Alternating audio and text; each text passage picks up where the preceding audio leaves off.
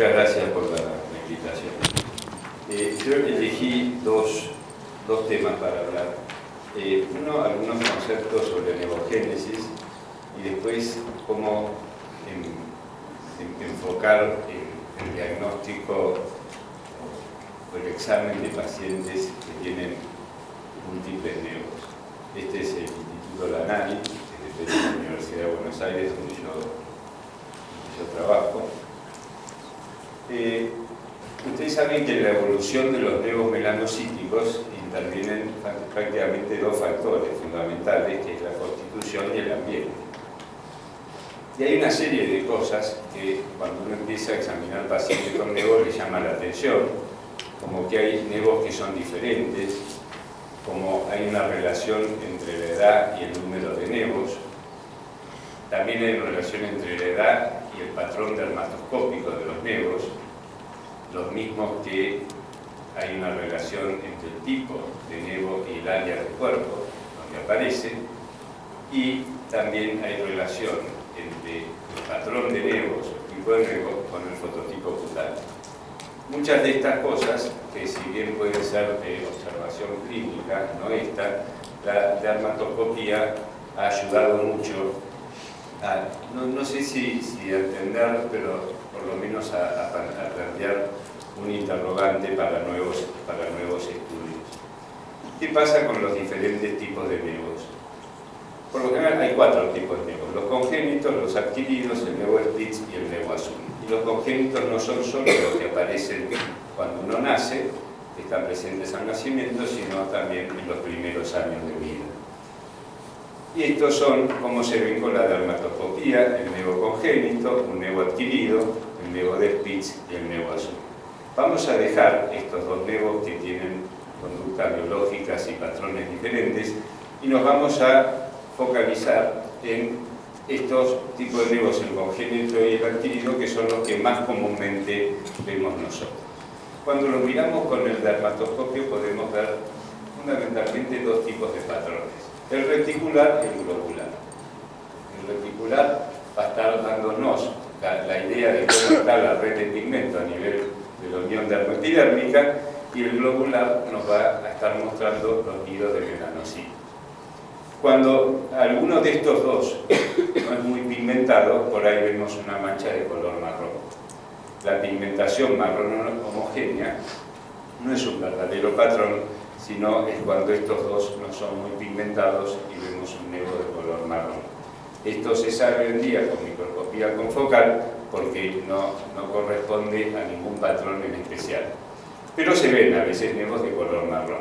Y los otros son los nevos que son mixtos, donde está el patrón reticular y el patrón globular que dijimos antes.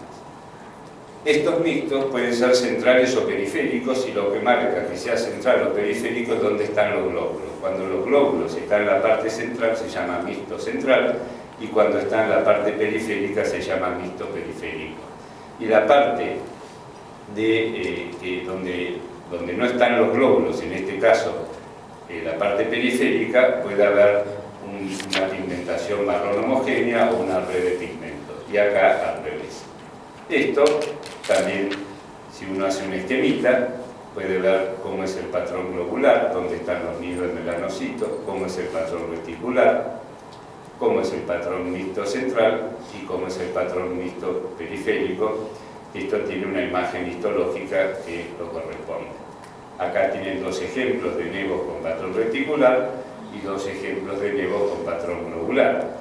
Esto es un mixto central, porque acá están los glóbulos y acá está la red, lo mismo acá y lo mismo. Este es un mixto periférico, porque los glóbulos están en la parte periférica.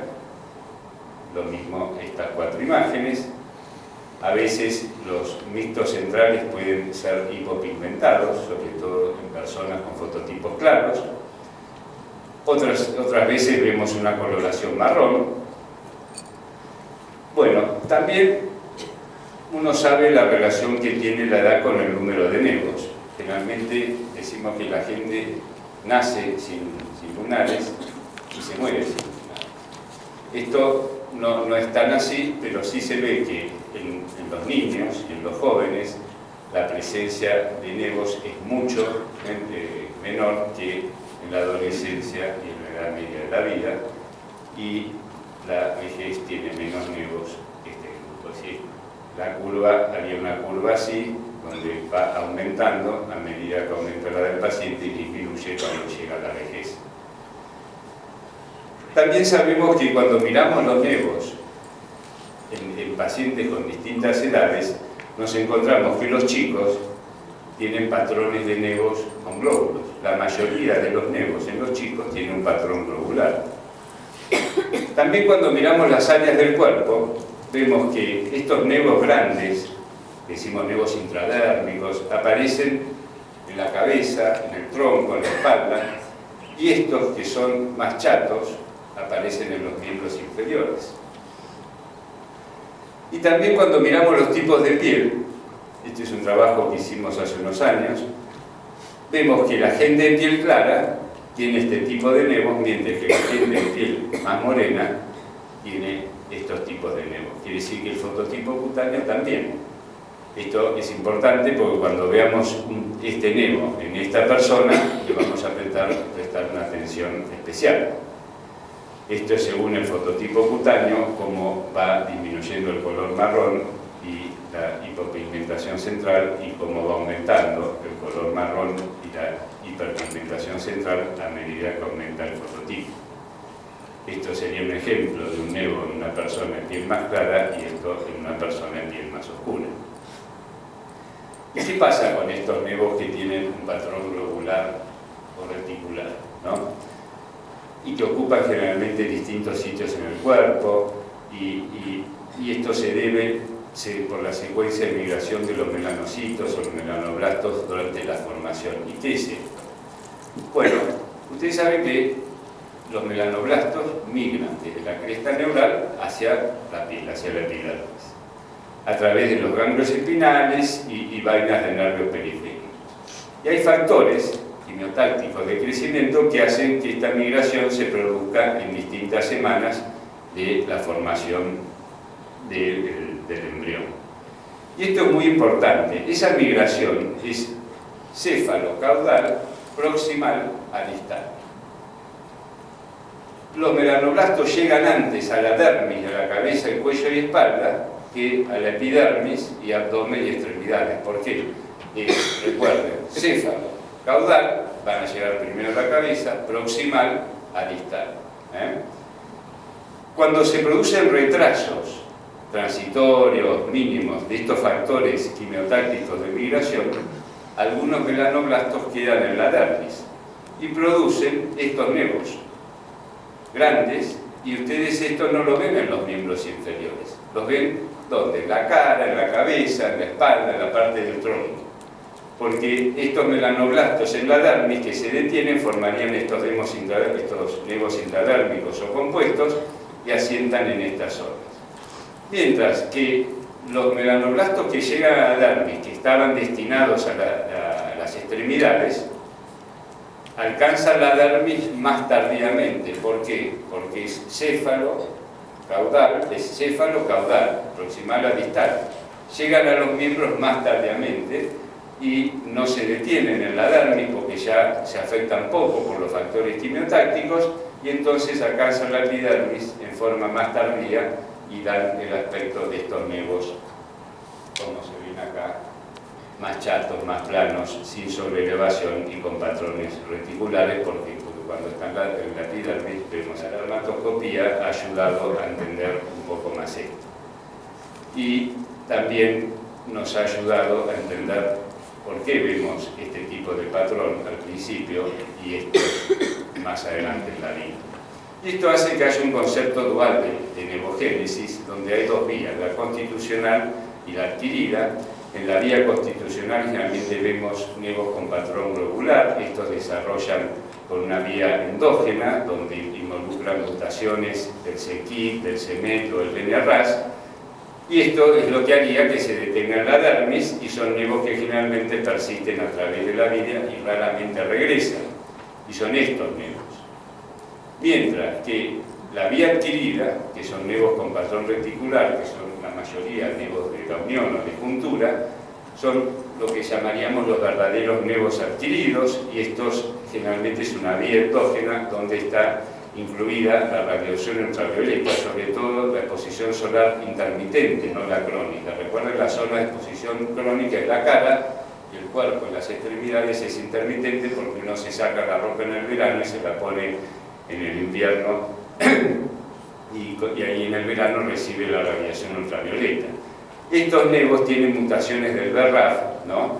Y formarían los nevos de juntura, y cuando desaparece el estímulo ultravioleta, se calcula que a medida que pasan los años la gente recibe menos sol, muchos de estos nevos envejecerían y desaparecen. Pero también se han encontrado mutaciones del BRAF en nevos compuestos, térmicos, en zonas de poco o nada de sol y en nevos y crecimientos. Por lo cual, después se vio que habría dos mutaciones del BRAF: las inducidas por la radiación ultravioleta y otras adquiridas tempranamente en melanocitos inmaduros donde no tendría que ver el sol, si bien esta es una de las causas más importantes, ¿no? La evolución de los nevos reticulares, al revés de los compuestos o intradérmicos, sería así. Bien. Los mixtos también evolucionarían con los años. Bueno, este señor es Una, ustedes se acuerdan, la teoría de Una es de 1893, cuando ustedes estudiaban decían que los nevos al principio eran de juntura, después eran compuestos y después dérmicos, y si esto fuese así, que es la teoría de maduración hacia abajo, ustedes cuando miran con dermatoscopio tendrían que ver en los chicos nevos de juntura, después más adelante estos, y en los adultos así, y no se ve así. Ustedes agarran, los chicos tienen todos nevos globulares, la gran mayoría. Esta teoría, que es del año 51, decía que los nevos de juntura eran por melanocitos epidérmicos y los intradérmicos de las células nerviosas, tampoco esto se adapta, y quizás la que más se adapta es la de Kramer, que es del año 84, que dice que es de la migración hacia abajo, donde los melanocitos dérmicos, hacia arriba, donde los melanocitos dérmicos darían los nevos con patrón globular, y los que llegan a la epidermis, los nevos con patrón reticular. Por eso en los chicos la mayoría de los nevos son de patrones globulares. Si nosotros quisiéramos ver la evolución de los nevos, la clínica a veces es difícil distinguirlos. La histología tenemos que sacarlos y la mayoría de estos son benignos. La dermatoscopía ayuda, y la microscopía confocal, que este es un microscopio confocal, todavía ayuda más porque ustedes ven en vivo directamente las lesiones, y si así ustedes ven la histología, en la dermatoscopía confocal lo están viendo a distintos niveles de profundidad. Esto llega nada más que acá, y acá también se ha visto que estos nevos que están en la dermis tienen patrones globulares y tienen una característica, la microscopía confocal, diferente. Estos nevos que están llegando a la epidermis empiezan como globulares y terminan como reticulares, y tienen también un patrón a la microscopía confocal diferente, y los que ya están en la epidermis realmente son de patrón reticular y tienen también una imagen confocal diferente. Así que esto no ha hecho más que comprobar lo que veíamos con el simple dermatoscopio. Hay distintos patrones en anillos, en malla y patrón en nidos, pero bueno, no nos vamos a detener en esto. Bueno, dicho esto, nosotros vamos al consultorio la semana que viene, cuando los países, y viene un paciente que tiene muchos nevos. Nosotros sabemos que entre los factores de riesgo de melanoma está la presencia de muchos nevos. Y a veces vienen pacientes así. Dice: doctor, estoy lleno de lunares, estoy desesperado, y usted lo mira y no tiene ningún lunar. Pero este es el más fácil, porque le dicen: mire, si le sale algo avise. Y no hay que no revisarlo, porque otras veces se encuentran una persona que no tiene ningún lunar y le acaban de sacar un melanoma. El problema es cuando vemos estos pacientes. Imagínense si ustedes piensan que con un dermatoscopio a cada uno de estos nevos le van a hacer la regla del ABCD, el análisis de los patrones, el método de los 7 puntos, posiblemente empiece a la mañana y a la tarde no terminen, ¿no? Y eso no sirve. Entonces uno tiene que tener un approach diferente con estos pacientes. Hay algunas cosas que sí sabemos. La dermatoscopía ha demostrado que reduce el número de biopsias y extirpaciones innecesarias, y de estos hay trabajos. También disminuye la relación benigno-maligno de las lesiones extirpadas, y de esto también hay trabajos, y es interesante porque en la era predermatoscópica se necesitaban sacar alrededor de 20 lesiones para detectar una sospechosa, y con el dermatoscopio eso se lleva de 4 a 1, y si ustedes miran este trabajo, es muy interesante porque compara un dermatólogo general con un especialista en lesiones pigmentadas, en 2 periodos. En el primer periodo, el dermatólogo general no usa dermatoscopía y el especialista en lesiones pigmentadas sí. Y en el segundo periodo, al dermatólogo general se le enseña dermatoscopía y equipara sus resultados al especialista en lesiones pigmentadas. También sabemos que la dermatoscopía mejoró la sensibilidad y la especificidad, pero no las mejoró iguales. Y una de las explicaciones, si ustedes recuerdan, la sensibilidad de los verdaderos positivos divididos los verdaderos positivos más los falsos negativos. Es decir, acá lo que me va a estar detectando son los falsos negativos. Y si yo les muestro esto, rápidamente usted empieza a ver nevos, y este es diferente. Y este era un melanoma. Es muy sensible. Pero si vemos la especificidad, que son los falsos positivos, es decir, son las lesiones que clínicamente dijimos que era un melanoma, y cuando la sacamos no era un melanoma, yo le pregunto, bueno, ¿cuál es el melanoma de todos estos? Y podríamos pasarnos el día porque son indistinguibles. Y solo hay 2 melanomas y los otros no son melanomas. Entonces, hay lesiones que a veces todavía, aún con el dermatoscopio, nos confunden. Bueno, esto es interesante. Todo esto que dijimos estuvo hecho siempre en lesiones individuales. A usted le mostraban estas lesiones y decían, para usted esto que es un melanoma, un nevo.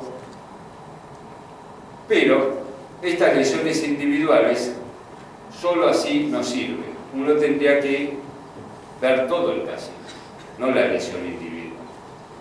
Porque hay muchas lesiones que clínicamente son sospechosas, pero cuando las sacamos son benignas. Y entonces se siguen haciendo biopsias y extirpaciones innecesarias. Y esto, si ustedes hablan con sus patólogos, pregúntenle cuál es el resultado de la mayoría de las extirpaciones de posibles nevos que le mandan los dermatólogos. El 90% son benignas. Por lo cual se sigue sacando. Y esto lo vi yo este año, hará 2 meses, es un paciente que le sacaron 41 nevos. Es que yo me pregunto, ¿qué pensaba la persona? ¿Que iba a tener 41 melanomas?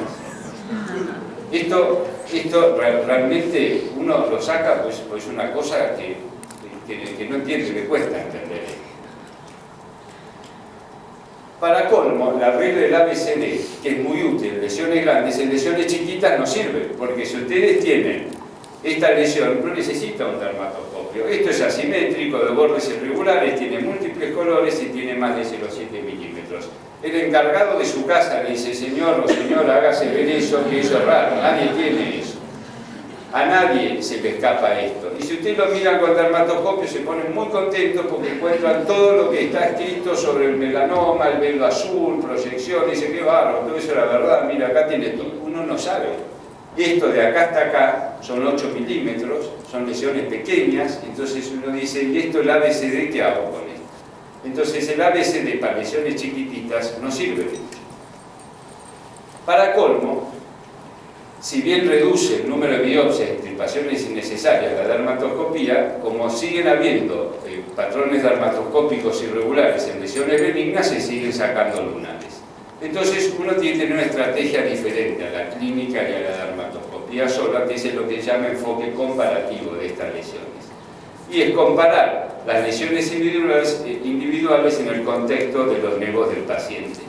Y de estos hay trabajos muy interesantes, donde estos 2 enfoques dermatoscópicos diferentes y complementarios a su vez evalúan la lesión en forma aislada, la parte morfológica, y hacen el estudio dermatoscópico comparativo de todas las lesiones del paciente. Y hay una serie, esto sería la evaluación de una lesión aislada, que puede ser quizás sospechosa ante la dermatoscopía, y cuando la comparan con las demás lesiones del individuo, pierde importancia porque son todas parecidas. Y hay una serie de cosas que uno debería conocer, con nombres graciosos que nos hacen acordar a cuando éramos chicos, pero son tres cosas que uno debería conocer. El patrón de nevos predominante, lo que se llama el signo de patito feo o el signo de Caperucita Roja. ¿Y qué es esto? El patrón de nevos predominante es un grupo predominante de nevos que comparten una misma apariencia clínico-dermatoscópica, aunque tengan características dermatoscópicas atípicas, pero es el patrón de nevos que tiene el paciente. Tiene este paciente, le miran sus nevos, son todos igualitos. Tiene este paciente, le miran los nevos, son todos iguales. Tiene este paciente, lo mismo. Cuando conocen ustedes los patrones de los nevos y empiezan a revisarlos, la revisación dermatoscópica de un paciente con 100 y pico de nevos se hace rápidamente y enseguida detectan el diferente. ¿Cuál es el diferente? Uno puede hacerlo, se llama el signo de patito feo, que es esa lesión diferente al patrón predominante de nevos. Ustedes van viendo, ojo, este no es igual a nosotros. Ese es el signo del patito feo. Aún sin presentar criterios dermatoscópicos sospechosos, simplemente por ser diferente, como contaba Andersen en su cuento. Este es Copenhague, esta es la zona del puerto. Se cree que Andersen vivía por acá. Cuando él vivía, obviamente, esto no era una zona turística, sino que era como eran todos los puertos hace muchos años, hace 2 siglos atrás, eran zonas donde vivía gente mucho más humilde.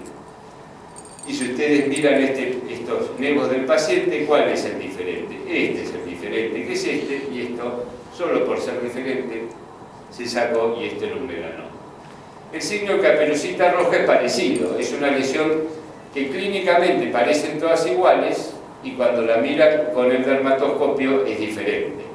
Y acuérdense, estos hermanos, los hermanos Grimm, que Caperucita Roja era un cuento que se contaba de boca en boca.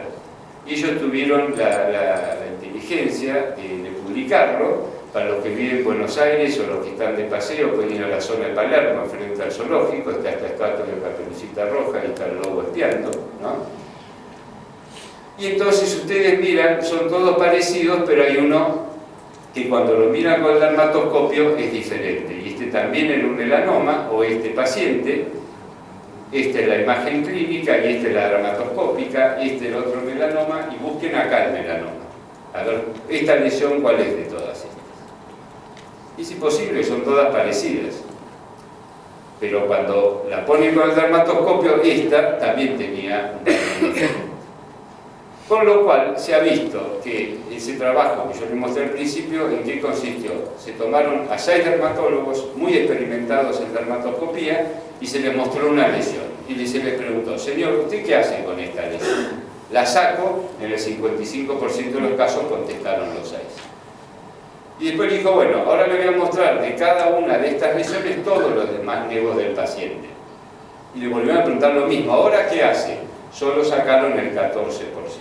Los mismos, y créanme que los conozco a los 6 y son número 1 en dermatoscopía. Con lo cual, las mismas personas, cuando pudieron compararlos, bajaron de 55 a 14. Ustedes recuerden, sobre 2 cositas de nevos atípicos y nevos displásicos, recuerden que el 26% de las anatomías patológicas a veces hay melanomas y nevos. El 57, el 60% de estos no son displásicos. Y les recomiendo que lean el trabajo que salió en el Journal de la American Academy el año pasado sobre nevos displásicos en educación médica continua, la parte 1 y la parte 2, donde yo coincido totalmente con el trabajo ese, donde dice que el término nevo atípico es un término clínico y el nevo displásico es un término cristológico. Nosotros tenemos que referirnos a los nevos raros como nevos atípicos, no nevos displásicos. La atipía la podemos ver, ¿por qué? Porque es diferente a lo típico, la displasia es histológica y esta atipía clínica se puede correlacionar o no con displasia histológica. Pero dice que los nevos displásicos deben considerarse variantes histológicas de los nevos comunes, porque la posibilidad de que el nevo displásico se transforme en un melanoma prácticamente hoy en día se duda bastante de eso. Lo que sí se sabe es que estos nevos son marcadores de riesgo de melanoma, pero no pues se transforma en nevo, sino pues tiene más posibilidad de tener un melanoma. Y en los nevos con displasia severa, en todo el mundo se amplía el margen, no porque se vaya a transformar, sino porque tiene una dificultad dificultad histológica importante diferenciarlo del melanoma. Y si lo fuese, es un in situ. Y si es un in situ, para ampliar el margen, lo curo. ¿En qué porcentaje? Prácticamente en el 100%. Entonces es la única que uno debería ampliar el margen. Y las extirpaciones profilácticas, obviamente, no disminuyen el riesgo. Entonces, si nosotros entendemos que el nevo atípico es un nevo que comparte algunas o todas las características del ABC del melanoma, cuando los miramos con el dermatoscopio, vamos a ver que muchos nevos clínicamente atípicos tienen patrones dermatoscópicos benignos y otros tienen patrones dermatoscópicos indeterminados. Estos patrones, estos nevos, que son, ¿cómo puede ser la dermatoscopía de estos nevos? Puede ser reticular, como habíamos visto antes, y estos patrones, reticular, globular y el homogéneo, se pueden mezclar y dar una serie de variantes que es similar a lo que habíamos visto antes. Reticular difuso, reticular en parche, reticular periférico, con hiperpigmentación central. En fin, ustedes, si tienen una máquina de fotos y ven lunares, pueden empezar, se hacen una listita y se buscan todos estos nevos y van a ver que en una semana ya tienen completa para dar su charla de diferentes tipos de nevos, porque esto es lo que se ve habitualmente. Pero hay uno de estos nevos que es diferente, que es el que tiene, lo que se llama patrón multicomponente, porque presenta 2 o 3, y la mayoría de estos nevos, cuando ustedes los miran al microscopio, porque los sacan, porque tienen dudas, son nevos que tienen displasia. Y la mayoría, displasia severa. Y esa displasia severa es difícil a veces distinguir del melanoma con los ojos, con el dermatoscopio y con la histología, y por eso uno debe ampliar el margen. En realidad, cuando uno ve estas lesiones indeterminadas que ocupan este lugar, podría diferirla, separarla en dos grupos: las que tienen alteraciones más leves y las que tienen alteraciones severas. Las que tienen alteraciones leves, si uno tiene el equipo, si se dedica a esto, puede grabarlas y controlarlas en 2 a 3 meses con imágenes secuenciales. Si hay cambios se sacan, con una serie de cuidados y consideraciones: la edad del paciente, si es una lesión única, ni vale la pena hacerlo, las características del paciente, la mayoría no vuelven a controlarse, y entonces van a ver otro médico, se lo saca y era un melanoma, y dice así: el otro doctor me quería sacar una foto en vez de sacármelo y casi me muero. En fin, esto hay que considerarlo con mucho cuidado. A veces es difícil sacar 2 imágenes iguales, tratan de hacerlo en su casa, pongan una silla en el living de su casa y saquen 2 fotos iguales. Y van a ver si les sale exactamente igual, para tomar una decisión sobre la salud del paciente. El otro grupo, perdón, estoy yendo para, que tiene alteraciones severas, son todas las que se ven en el melanoma: la red de pigmento atípica, las proyecciones irregulares, el velo azul, los glóbulos y puntos irregulares, regresión, múltiples colores, con lo cual es indistinguible el melanoma, y estos nevos, toda persona, cada dermatoscopía en su sano juicio lo saca. Entonces, yo, para terminar, que ya se agota el tiempo, lo que quería transmitirle en general es lo siguiente: para los que hacen dermatoscopía, es muy importante qué van a hacer con los pacientes. No miren una sola lesión del paciente: miren, me pegué este lunar, me cambió. No, mire, sáquese la ropa. No miren lesiones aisladas. Si ustedes están en un lugar y se dedican ustedes a hacer la dermatoscopía y lo llama otro colega: ¿me mirás esta lesión? No, déjame mirarlo entero, ¿no? No nos olvidemos que nosotros somos dermatólogos. Y hay un trabajo muy interesante que hicimos hace unos años que se llamaba Total Body Skin Examination. Se hizo como 10 centros, cada uno tenía que juntar 1000 pacientes, teníamos un año para hacerlo, y los pacientes se incluían a todo paciente que viniera a la consulta y que no viniera a revisarse los lunares, que viniera por caída de pelo, por una micosis, por otra cosa. Se le pedía el consentimiento para que se quitase la ropa y revisarlo, y se veía qué se encontraba. Si se encontraban melanomas, vasos celulares, es decir, qué se encontraba. Es muy interesante la cantidad de lesiones que se encontraron simplemente por revisar al paciente. Con lo cual, nosotros como dermatólogos al paciente tendríamos que mirarle el cuerpo entero. Y con respecto a los lunares, más aún, porque la lesión individual sola no es suficiente cuando es pequeña para nosotros tomar una determinación. Y me parece que este approach diferente para el paciente que tiene muchos lunares puede ser una ayuda para ustedes para hacer dermatoscopía. Bueno, no sé si quieren hacer alguna pregunta. Gracias.